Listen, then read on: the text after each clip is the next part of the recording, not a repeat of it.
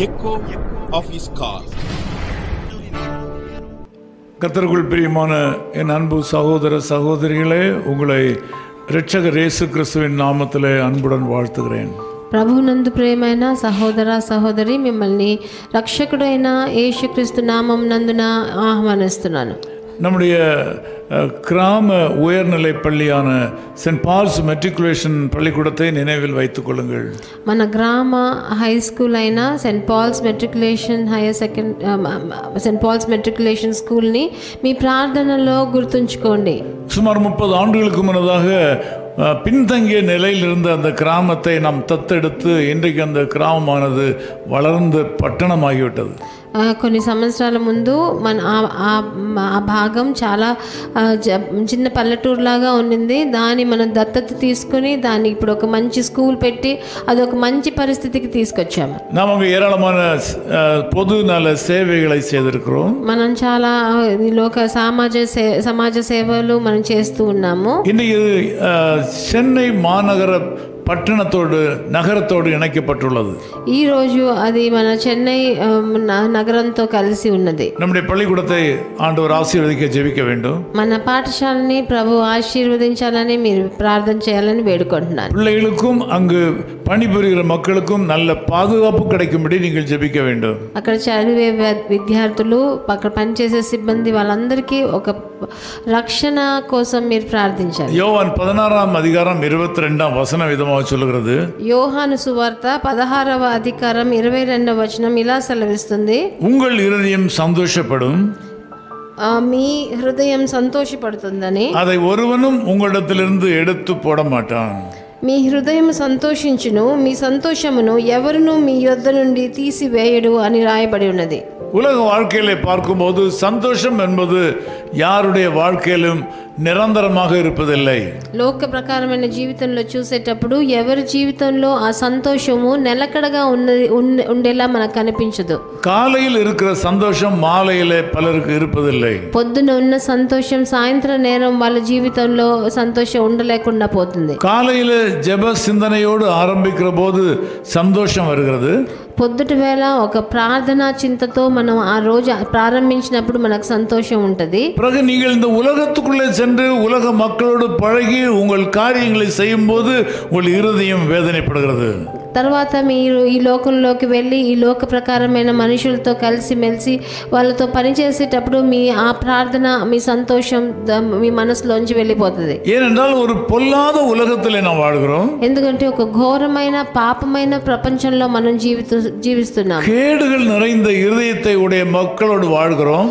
ఎంతో కపటం నిండిన హృదయాలు గల మనుషులతో మనం జీవిస్తున్నాము. நாம் மிக கருத்தா இல்லாவிட்டால் நாம் ஏமாந்து போவதற்குரிய வாய்ப்பு நமக்கு உண்டு. మనం చాలా జాగ్రత్తగా ఉండకపోతే మనం ఏమార్చబడతామని మీకు గుర్తు చేస్తున్నాను. நாம் எப்படித்தான் கவனமாக இருந்தாலும் தேவ கிருபை இல்லாவிட்டால் நாம் வெற்றி அடைவது கடினம். మనం ఎంత జాగ్రత్తగా ఉన్నా కూడా దేవుని కృప మన జీవితంలో లేకపోతే మనం విజయం పొందలేము. உங்கள் வாழ்க்கையிலும் அப்படித்தான். మీ జీవితంలో కూడా అలాగే பலராலே ஏமாற்றப்பட்டீர்கள். చాలా మంది మిమ్మల్ని ఏమార్చారు. பலருக்கு உதவி செய்து நஷ்டப்பட்டீர்கள். ఎంతో మందికి సహకారం చేసి మీరు నష్టం చెందారు. அவசரத்துக்கு கொஞ்சம் பணத்தை கொடுத்து விட்டு திரும்ப கேட்டால் சண்டைக்கு வருகிறார்கள்.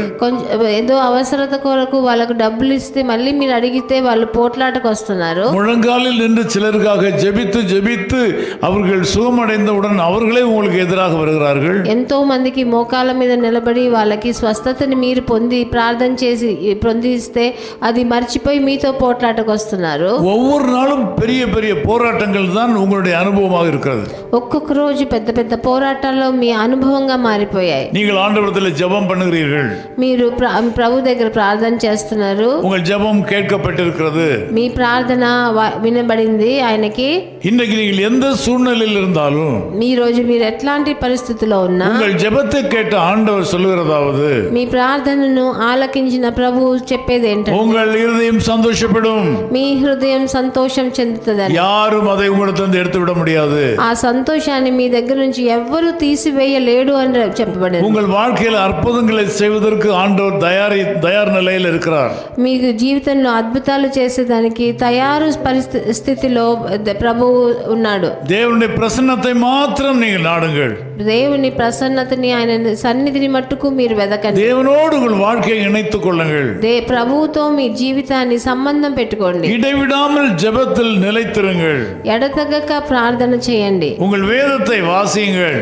మీ పరిశుద్ధ గ్రంథాన్ని చదవండి. வேதத்தை தியானியுங்கள். మీ పరిశుద్ధ గ్రంథాన్ని கர்த்தருடைய நாளிலே தவறாமல் உங்கள் தேவாலயத்துக்கு சென்று உங்கள் தேவாலயத்தில் ஆண்டவரை தொழுது கொள்ள வேண்டும். ప్రభు దినమునందున మీ దేవాలయానికి వెళ్ళి ప్రభువుని మీ హృదయమంతలోంచి ఆరాధించండి. అనేకరు ஒவ்வொரு வாரமும் மாறி மாறி தேவாலயங்களுக்கு செல்கிறார்கள். కొంతమంది మార్చి ఒక్కొక్క దేవాలయానికి వారం వారం వెళ్తున్నారు. உங்கள் சபை பெரிதானதோ சிறிதானதோ, మీ సంఘం చిన్నదో పెద్దదో, உங்கள் போதகர் படித்தவரோ படிக்காதவரோ, మీ బోధకుడు సేవకుడు చదివిన వాడైనా చదవకపోయిన వాడైనా పర్వాలేదు, உங்கள் ஊழியத்தை உங்கள் சபையை நீங்கள் மதிக்க வேண்டும், கனம் பண்ண வேண்டும். మీ పరిచర్యని మీ సంఘాన్ని మీరు తనకి ఇవ్వవలసిన ఘనతను మీరు ఇవ్వాలి. நிச்சயமாக கர்த்தர் உங்களை ஆசீர்வதிப்பார். తప్పకుండా ప్రభు మిమ్మల్ని ఆశీర్వదిస్తాడు. ஜெபிக்கலாம். ప్రార్థన చేద్దాం. நல்ல பிதாவே, உமக்கு நன்றி செலுத்துகிறோம். మంచి తండ్రి, మీకు వందనాలు స్తుతులు. ஆண்டவரே, இந்த கால வேளையில் இந்த மக்களுடைய சந்தோஷத்தை யாரும் எடுத்துக்கொண்டு போய்விடாதபடி காத்துக்கொள்ளும்.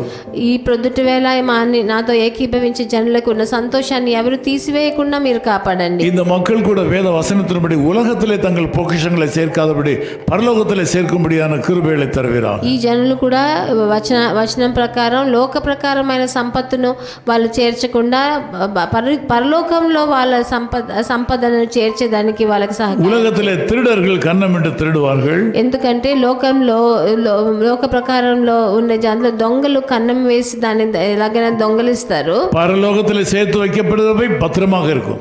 పరలోకంలో ఏదంతా మేము ఆ సొమ్ము చేరుస్తామో దాన్ని అది భద్రంగా ఇணைந்த வாழ்க்கையை கொடுப்பீராக. మీతో కలిసి మెలిసి జీవించే జీవితాన్ని వాళ్ళకి ఇవ్వండి. உம்முடைய பிரசன்னத்திலே வாழ கிருபை செய்வீராக. మీ సన్నిధిలో జీవించే ఘనాన్ని వాళ్ళకి ఆశీర్వదించండి. యేసు క్రీస్తువిன் நாமத்தில் ஜெபிக்கிறோம் பிதாவே. ప్రభువైన యేసుక్రీస్తు నామం నందున వేడుకుంటున్నాం తండ్రి. ஆமென். ஆமென். நான் தூதனாக வேண்டும் விண் தூதரோடேயும் போர் கிரீடம் தலை மேலும் நல்வினை கையிலும் நான் வைத்து பேரான மாடைந்து வாழுவேன். என் மீட்பரின் சமூகம் நான் கண்டு களிப்பேன். His Call Ministries, 10 Muhammad Abdullah 2nd Street, opposite International Cricket Stadium, Chepauk, Chennai 600005, India. Phone 914428528282. Mobile phone and WhatsApp 919841271858. Email sam@echoofhiscall.org. Website www.echoofhiscall.org. God bless you.